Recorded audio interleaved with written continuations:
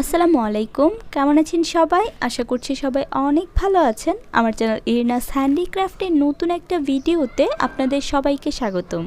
চলে এলাম একটা নতুন ভিডিও নিয়ে, আর আজকে আবারও একটা হ্যান্ড পেইন্টিং টিউটোরিয়াল নিয়ে হাজির হয়েছি। আর দেখতেই পাচ্ছেন কালো কাপড়ে হ্যান্ড পেইন্টিংটা করেছি, একটু কালারফুল। আর এটা মূলত করেছি আমি ওয়ান পিসের জন্য, ওয়ান পিস হিসেবে। এটা হচ্ছে জমিনের অংশটা একদম বুক পর্যন্ত কাজটা হবে, আর হাতার অংশে একটু কাজটা করেছি। তো হাতার অংশে যেহেতু আমি একই ডিজাইন করেছি, তার জন্য আর আলাদাভাবে ওটা দেখাইনি, বাট হাতাতে আমি পার্পল কালারের গোলাপটা দিয়েছি, একটু বড় সাইজের। তো এখানে দেখতেই পাচ্ছেন আমি ফ্রি হ্যান্ড কিন্তু সবগুলো ফুল এঁকে নিয়েছি, এখানে আমি ছাপ দিইনি। তবে আপনারা যারা ফ্রি হ্যান্ড ড্রয়িং পারেন না, আমি সবসময় বলি আপনারা চেষ্টা করবেন কাগজে আলাদা এঁকে তারপর ওখান থেকে ছাপটা দিয়ে নেওয়ার।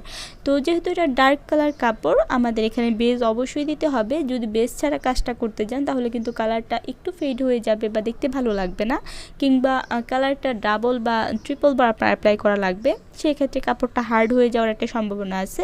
তার জন্য এই সকল সমস্যা যাতে না হয় তার জন্য আমি সাজেস্ট করব হালকা করে হলেও একটা বেজ দিয়ে নেবেন। আর এখানে বেজের জন্য আমি হোয়াইট পেস্ট ইউজ করছি, আপনারাও চেষ্টা করবেন হোয়াইট পেস্টটা ব্যবহার করার, কিংবা অ্যাক্রিমিনের সাদা যেই রঙগুলো কৌটা পাওয়া যায় সেগুলো ইউজ করতে পারেন, জিনিস কিন্তু একই।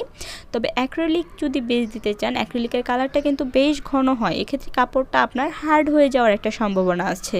আর কেনা হোয়াইট পেস্টের ঘনত্ব বা স্ট্রাকচারটা যদি আপনার কাছে একটু ভারী মনে হয়, সেক্ষেত্রে অল্প একটু বাইন্ডার আর এনকে মিক্স করে সেটাকে একটু পাতলা করে নিতে পারেন।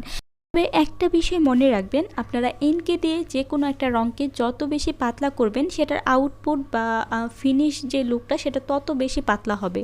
অর্থাৎ সাদা রঙ বলেন অথবা যে কোনো কালারফুল রঙই বলেন না কেন, এটা যত বেশি পাতলা করবেন সেই রঙটা ছড়িয়ে যাওয়ার বা সেটা তত ফেড হয়ে যাওয়ার সম্ভাবনা কিন্তু তত বেড়ে যাবে।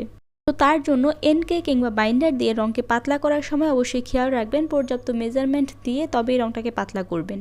যারা রং মিক্সিং বা এই ধরনের কাজগুলো পারেন না, হ্যান্ড পেইন্টিংয়ে নতুন আসছেন, হ্যান্ড পেইন্টিং বা ব্লকের কাজে, তাদের আমি সাজেস্ট করব আপনারা রেডিমেড কালারগুলো দিয়ে কাজগুলো করেন। সেক্ষেত্রে অ্যাক্রিলিক আপনাদের কাপড়গুলোকে হার্ড করে ফেলে, তার জন্য আমি সাজেস্ট করব আপনারা খোঁজাখুঁজি করে একটু ভালো মানের অ্যাক্রিমিন কালার দিয়ে রঙগুলো করেন, সে কাজটাও কিন্তু সেম হবে। তবে যখন আপনি কাজে পারদর্শী হয়ে যাবেন তখন দেখবেন আপনি নিজেই বুঝবেন কোথায় রঙটা একটু পাতলা করতে হবে বা কোথায় একটু ঘন করতে হবে, তখন আপনি নিজেই রঙ কালারটা যে মিক্সিং করে নিতে পারবেন। তো এক্ষেত্রে আমি একটা কথা বলবো যে আমি যে প্রসেসে কালারটা মিক্সিং করি সেই একই প্রসেসে যে সবাই মিক্সিং করে বিষয়টা কিন্তু এমন না। যারা প্রফেশনালি কাজ করে তারা কাজের ধরন এবং কাপড়ের ধরন অনুযায়ী কালারটাকে এক একভাবে মিক্সিং করে থাকে। এখন দেখুন আমি আমার ফুলটাকে কালার করে নিচ্ছি। এখানে আপনারা শুরুতেই দেখেছেন আমি ফুলটা দুইটা কালারে করেছি, একটা হচ্ছে ইউলিশ বা কমলা টাইপের একটা কালার, আর আরেকটা হচ্ছে পার্পল কালার, পার্পল এবং সাদার কম্বিনেশন। তো এই কাজটা আমি দুইটা কালার ভেরিয়েন্টই করেছি। তবে যারা রিয়েলিস্টিক কাজ করতে চান আমি বলবো প্রসেসটা প্রায় একই, কিন্তু এটা কিন্তু রিয়েলিস্টিক কাজ না, রিয়েলিস্টিক কাজের জন্য আরও প্রচুর সময় দেওয়া লাগে। আর এই পুরো কাজটা আমি মেবি 3 থেকে 4 ঘন্টায় কমপ্লিট করেছিলাম, সুতরাং বুঝতেই পারছেন অনেকটা দ্রুত কাজটা করেছি। আর এখানে ফুলের জন্য আমার বেশ খানিকটা টাইম স্পেন্ড হয়েছে, বাট বাকি যেই পাতা এবং ঢাল আছে এখানে কিন্তু আমার খুব বেশি টাইম লাগেনি, বড় জোর 10 থেকে 15 মিনিট সময় লেগেছে। তো বুঝতে পারছেন ওই কাজগুলোতে কিন্তু তেমন টাইম লাগে নাই, আর ওইগুলোতে আমি আলাদা করে কোনো বেজও দেই নাই। তো এত বেজ ছাড়া কিভাবে কালারটা এত সুন্দরভাবে ফুটেছে সেই টিপসগুলো কিন্তু আমি শেয়ার করব। তো চেষ্টা করবেন ভিডিওটা স্কিপ না করে বা না টেনে সম্পূর্ণ দেখার, কারণ সম্পূর্ণ ভিডিওতে আমি ভয়েস দিচ্ছি মানে সেখানে আমি টুকটাক কিন্তু বেশ কিছু টিপস শেয়ার করছি। আর এই পর্যায়ে বলে রাখি, যারা আজকে আমার চ্যানেলে নতুন বা আমার ভিডিও যারা আজকে ফার্স্ট টাইম দেখছেন, আমি ইরিনা, আমার চ্যানেল ইরিনাস হ্যান্ডিক্রাফটে আমি সাধারণত গার্লস হ্যান্ডিক্রাফটের বিভিন্ন বিষয়ে ভিডিও শেয়ার করে থাকি। আমার চ্যানেলে হ্যান্ড পেইন্টিং থেকে শুরু করে hand embroidery, block, batik, dress making এবং বিভিন্ন সিউইং টিপসও আমি শেয়ার করে থাকি। তো যদি আমার ভিডিওগুলো ভালো লাগে আপনাদের, তবে অবশ্যই আমার চ্যানেলটিকে সাবস্ক্রাইব করে পাশে থাকা বেল আইকনটিতে ক্লিক করে রাখবেন। ফুলের যে অংশটা, এটার পাপড়িগুলো আমি যখন হোয়াইট পেস্ট দিয়ে ভরাট করেছিলাম তখন আমি জায়গায় জায়গায় কিন্তু কিছুটা ফাঁকা রেখেছিলাম।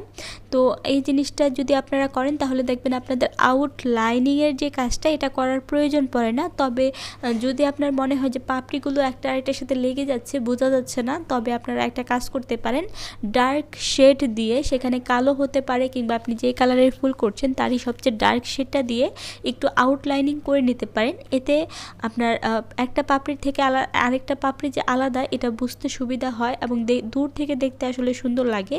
অনেক কাজ আছে যেগুলো কাছে থেকে দেখতে তেমন ভালো লাগে না, বাট দূর থেকে দেখতে কিন্তু সুন্দর লাগে। তো আউটলাইনিংয়ের কাজগুলো মূলত অনেক দূর থেকেও স্পষ্ট বোঝা যায় এবং দেখতে ভালো লাগে। আর এই কাজটাতে যেহেতু আমি গোল্ডেন দিয়ে আউটলাইনিংয়ের কাজটা করব, গোল্ডেন আফসান দিয়ে, তার জন্য আমি এখানে আর আলাদা করে আউটলাইনিং করছি না। আর আমি যে 3D আউটলাইনার দিয়ে আউটলাইনটি করছি এটাতে মূলত আমার গোল্ডেন আফসান রিফিল করা আছে।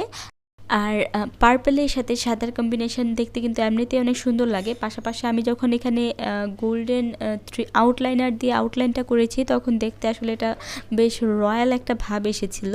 প্রথমে দেখেন আমি এখানে 5টা ফুল এঁকে নিয়েছি। আমার যে ডিজাইন যে লম্বাটা বা লেন্থটা তার অনুযায়ী আমার 5টা ফুলই এনাফ ছিল, কারণ ফুলগুলো কিন্তু বেশ বড় বড় ছিল, তার জন্য আমি এখানে 5টা করে ফুল এঁকেছি। আপনারা চাইলে আরও কম বা আরও বেশি আঁকতে পারেন। যেমন গোলাপের আমার আরও একটা ডিজাইন কিন্তু তার আগে আমি শেয়ার করেছিলাম কালো কাপড়ে, সেখানে ছোট বড় কলি মিলিয়ে বেশ অনেকগুলো গোলাপ ছিল, পাশাপাশি পাতাগুলো অনেক ছিল। তো সেটার থেকে এই ডিজাইনটা একটু ভিন্ন। আমি আমার সেই ড্রেসের ভিডিওটার লিঙ্কও এখানে অ্যাড করে দেওয়ার চেষ্টা করব, আপনারা ডেসক্রিপশন বক্স চেক করবেন।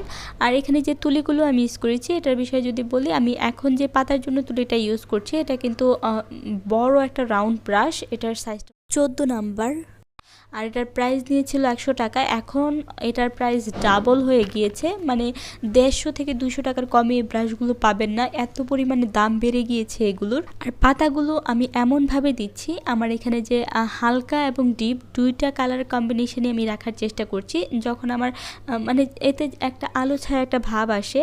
আর এই কালারগুলো আমার নিজস্ব মিক্স করা কালার, তার জন্য এটার আউটিংটা বা আউটপুটটা একটু বেশি আসে।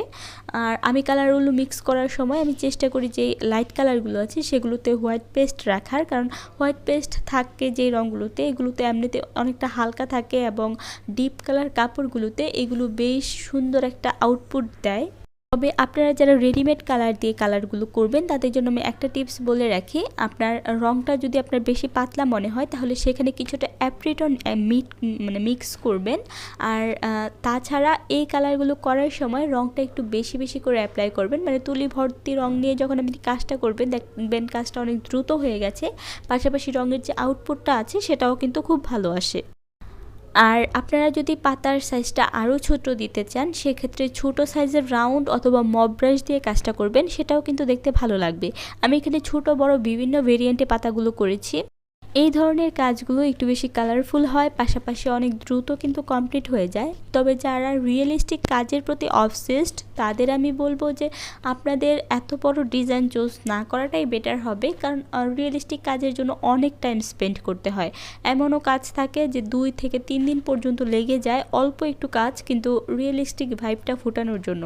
তো তার জন্য বলবো আপনারা আপনাদের সময়, চাহিদা এবং অ্যামাউন্টের উপর নির্ভর করে আপনাদের কাজের লেন্থটা বাড়াবেন। তো আমার কাজটা অলরেডি কমপ্লিট হয়ে গিয়েছে। আপনাদের কাছে কেমন লাগলো অবশ্যই কিন্তু আমাকে জানাতে ভুলবেন না। যদি ভালো লাগে তাহলে ভিডিওটি অবশ্যই বেশি বেশি করে শেয়ার করে দিবেন। আজ এই পর্যন্তই, সবাই ভালো থাকবেন। আল্লাহ হাফেজ।